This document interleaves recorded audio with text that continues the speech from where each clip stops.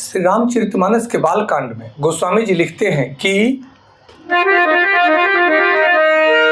मातु विवेक अलौकिक तोड़े, कबहु न मीटहि अनुग्रह मोरे। बंदी चरण मनु कहऊ बहोरी, बंदी चरण मनु कहऊ बहोरी। अवर एक बिनती प्रभु मोरी, अवर एक बिनती प्रभु मोरी। गोस्वामी तुलसीदास जी लिखते हैं कि मातु विवेक अलौकिक तोड़े, कबहु न मिटहि अनुग्रह मोरे। बंदी चरण मनु कहे बहोरी, अवर एक बिनती प्रभु मोरी। कहते हैं कि हे माता, भगवान श्री रामचंद्र जी कहते हैं कि हे माता, मेरी कृपा से तुम्हारा अलौकिक ज्ञान कभी नष्ट न होगा। तब भगवान मनु ने भगवान के चरणों की वंदना करके फिर कहा कि हे प्रभु, मेरी एक विनती और है। राजा मनु और भगवान से एक और विनती करते हैं। कहते हैं कि जब भक्त का हृदय आह्लादित होता है, प्रेम में बहने लगता है, तो प्रेम में क्या क्या कह जाता है, क्या कुछ कह जाता है, कितना कुछ कहना चाहता है, उसके मन का प्रवाह रुकता नहीं है। वैसे ही आज भी हर व्यक्ति के मन में होता है। जब व्यक्ति कुछ कहना चाहता है तब उसके मन में इतना कुछ होता है कि जब प्रेम में वह बहता है तो उसका प्रवाह वो रोक ना पाता है। वैसे ही राजा मनु भी यहाँ पे देखने को, राजा मनु के प्रवाह को देखने को मिलता है। यहाँ पे भगवान श्री रामचंद्र जी की कृपा से प्राप्त जो विवेक है, तो भगवान कहते हैं कि जो तुम्हें ज्ञान विवेक हमने दिया है वे सब तुम्हारे वैसे के वैसे बने रहेंगे। यह विनम्रता और बार बार प्रभु के चरणों में निवेदन करने की भक्त का भाव का प्रवाह है, प्रेम भाव का प्रवाह प्रवाहित हो रहा है। और भगवान कहते हैं कि हे माता, मेरी कृपा से तुम अलौकिक ज्ञान जो प्राप्त की है, वह विवेक, वह ज्ञान कभी नष्ट न होगा। इस भाव को समझना है, कभी नष्ट न होगा। भगवान के चरणों में वंदना करके राजा मनु फिर कहते हैं कि एक और मेरी विनती है, इसे स्वीकार किया जाए। यह प्रसंग भी केवल वरदान की कथा नहीं है, यह प्रसंग हमें सिखलाता है कि संसार की सबसे बड़ी धन, सबसे बड़ी संपत्ति केवल धन वैभव ही नहीं होता है, पद सम्मान ही नहीं होता है। सबसे बड़ी संपत्ति तो विवेक है, जो भगवान ने हम सबको दिया है।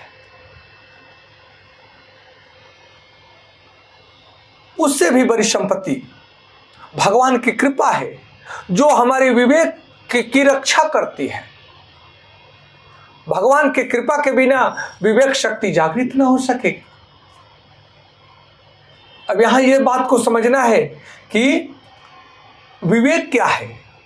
ज्ञान और विवेक में बहुत अंतर है। ज्ञान हमें बताता है कि क्या सही है और क्या गलत है, लेकिन विवेक हमें उस समय सही चुनाव करने की शक्ति देता है कि किस समय पर हमें क्या करना है। ये हमारे विवेक बुद्धि से ही जागृत होता है।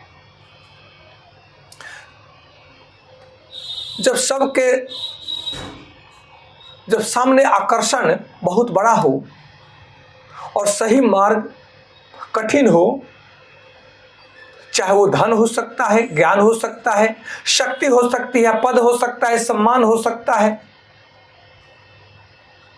लेकिन वहां चुनाव करने के लिए ज्ञान हो लेकिन विवेक न हो, तो मनुष्य आकर्षण की ओर भाग सकता है, आकर्षण से आकर्षित हो सकता है। लेकिन विवेक जागृत है ईश्वर की कृपा में विवेक जब जागृत है, चेतना में चेतना शक्ति जागृत है, तो वह निर्णय लेगा कि हमें विषय वस्तुओं के आकर्षण की ओर नहीं जाना है, हमें तो सत्य और धर्म के मार्ग पर चलना है, चाहे वो कितना भी कठिन ही क्यों ना हो।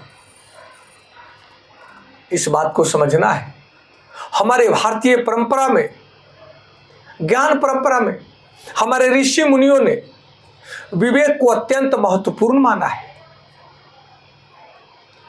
अत्यंत महत्वपूर्ण विवेक हमारे ऋषि मुनियों ने बार बार कहा कि विवेक शक्ति को जागृत करो, क्योंकि विवेक शक्ति निर्णय लेने वाली शक्ति है कि हमें क्या करना है, क्या नहीं करना है। विवेक शक्ति जिसकी जागृत हो जाती है वह कठिन मार्ग से घबराता नहीं है, जीवन में आने वाली कठिनाइयों से भी घबराता नहीं है।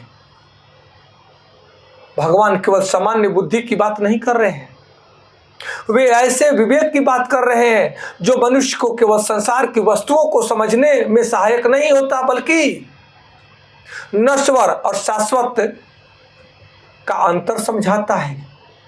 नश्वरता और शाश्वतता के अंतर को समझने में हमें सक्षम बनाता है, जो बताता है कि धन आएगा चला जाएगा, शरीर बदलता रहेगा, सुख और दुख आते जाते रहेंगे, लेकिन आत्मा और परम सत्य का संबंध इन सब से बहुत गहरा है। यही विवेक मनुष्य को जीवन के वास्तविक उद्देश्य की ओर ले जाता है। आत्मा और परम सत्य कभी बदलते नहीं है, यही विवेक शक्ति का प्रभाव है। कहते हैं कि विवेक की पहली पहचान सही और गलत का निर्णय लेना होता है। कहते हैं कि मान लीजिए किसी व्यक्ति के सामने दो रास्ते हैं, एक रास्ता आसान है, दूसरा बड़ा कठिन है। आसान रास्ता जो है लेकिन वह धर्म की ओर ले जाता है, वह गलत मार्ग है। दूसरा कठिन है लेकिन वह सत्य का मार्ग है, धर्म का मार्ग है।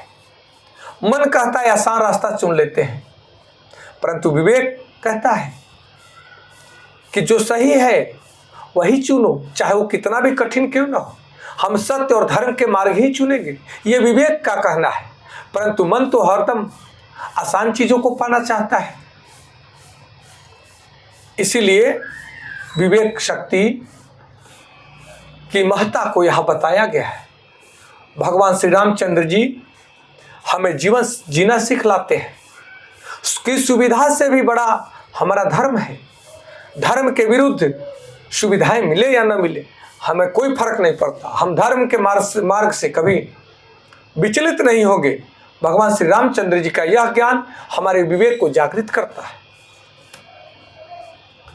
मनुष्य के भीतर अनंत इच्छाएं उठती रहती हैं, हर इच्छाओं को पूर्ण करना आवश्यक नहीं होता है। विवेक पूछता है कि क्या यह इच्छाएं मेरे जीवन को ऊपर उठाएंगी या मेरे जीवन को नष्ट भ्रष्ट कर देंगी। इच्छाएं तो बहुत आती हैं, मन कहता कि ये भी इच्छा पूर्ण हो जाए, ये भी इच्छा पूर्ण हो जाए, लेकिन विवेक कहता है कि नहीं, कौन सी इच्छाएं हमारे उन्नति के लायक है और कौन सी इच्छाएं बिना मतलब की है, हमें जो हमारे जीवन को पोषित करे, जो हमारे जीवन को उन्नत करे, उन्हीं इच्छाओं के लिए हमें कार्य करना है। यदि इच्छा में अहंकार है, लोभ है, क्रोध है, ईर्ष्या और आसक्ति है, तो वह हमारे जीवन को गर्त में ले जाएगी। तो इन इच्छाओं के प्रति जागरूक होने के लिए हमारा विवेक उसे रोकता है और कहता है कि इन इच्छाओं के पीछे मत भागो। विवेक उसे रोकता है। और यदि कोई इच्छा हमें सेवा, सत्य, भक्ति, धर्म और ज्ञान के साथ साथ में आत्म विकास की ओर ले जाए, तो विवेक कहता है यही सही दिशा है, इसी मार्ग पर चलना है, चाहे कितना भी कठिन क्यों न हो, चाहे इसमें संसाधन हो या न हो, घबराना नहीं है, हमें विवेक बुद्धि से काम करना है। इसीलिए कहा जाता है कि क्षणिक और शाश्वत के भेद को समझना जरूरी है। आज हमें जो सुख बहुत बड़ा दिखाई देता है वह कुछ समय बाद समाप्त हो जाएगा। यही सृष्टि का नियम है, क्योंकि सृष्टि परिवर्तनशील है, समय परिवर्तित होता रहता है, समय के अनुसार सुख और दुख का आना जाना लगा रहता है। धन का सुख, प्रशंसा का सुख, पद का सुख, सम्मान का सुख, इंद्रिय सुख सब परिवर्तनशील है, लेकिन आत्मिक शांति, आत्मिक भक्ति, आत्मिक सत्य, आत्मिक करुणा, सेवा और ईश्वर स्मरण, ये जीवन को भीतर से समृद्ध बनाते हैं। इसलिए विवेक हमें सिखलाता है कि क्षणिक चमक के पीछे मत भागो, क्षणिक सुखों के पीछे मत भागो, शाश्वत प्रकाश को खोजो, शाश्वत सुख को खोजो, शाश्वत चमक को खोजो। इधर उधर भटको मत। इन सिद्धांतों को जानने की जरूरत है। भगवान कहते हैं कि मेरी कृपा से तुम्हारा यह विवेक कभी नष्ट नहीं होगा। यही हम सबको मांगना चाहिए कि हे भगवान, आप जो विवेक शक्ति हमें दिए हैं, हमारा विवेक शक्ति सक्षम बना रहे, यही हम पर कृपा करें। इस भाव को समझना है। एक बहुत सुंदर उदाहरण है कि एक व्यक्ति जानता है कि क्रोध नुकसान करता है, लेकिन क्रोध आने पर वह स्वयं को रोक नहीं पाता है। दूसरा व्यक्ति भी जानता है कि क्रोध नुकसान करता है, क्रोध को पहचानता है, लेकिन वह कुछ क्षण मौन रहता है, गहरी श्वास लेता है, स्थिति को समझता है और फिर उत्तर देता है। तो पहले व्यक्ति के पास ज्ञान है, दूसरे व्यक्ति के पास ज्ञान के साथ साथ में विवेक है। यही अंतर जीवन को बदल देता है। पहला व्यक्ति जिसको क्रोध आया, वो क्रोध में जो न चाहने वाला क्या बोल गया उसको भी पता नहीं, वह अनलीगल बातें बोल जाएगा, अपशब्द बोलेगा, कटु भाषा बोलेगा। परंतु जो व्यक्ति विवेकवान है वह अपने आने वाले क्रोध को देखेगा, स्थिति को समझेगा और विवेक के साथ में थोड़ा लंबी गहरी श्वास लेगा, मन को स्थिर करेगा, फिर विवेक के साथ में वार्तालाप करेगा तो क्रोध भी समाप्त हो जाएगा और वहाँ का वातावरण भी शुद्ध बना रहेगा। यही अंतर है। केवल ज्ञान, अगर विवेक के बिना केवल ज्ञान आ जाए तो वो भी ज्ञान अहंकार से भर जाता है और अहंकार के कारण वह ज्ञान भी विनाश का माध्यम बन जाता है। परंतु ज्ञान के साथ विवेक शक्ति हो, वही ज्ञान जीवन को अमृत दिशा देता है, अमृत का पान कराता है।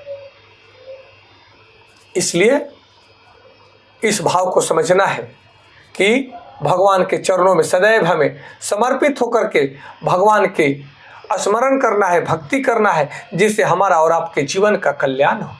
आज इतना ही, कल पुनः दूसरे विषय वस्तुओं के साथ मिलेंगे। तब तक आप सबको कोटि कोटि नमन। हर हर महादेव। जय माता पार्वती जी। जय श्री राम, जय श्री राम, जय श्री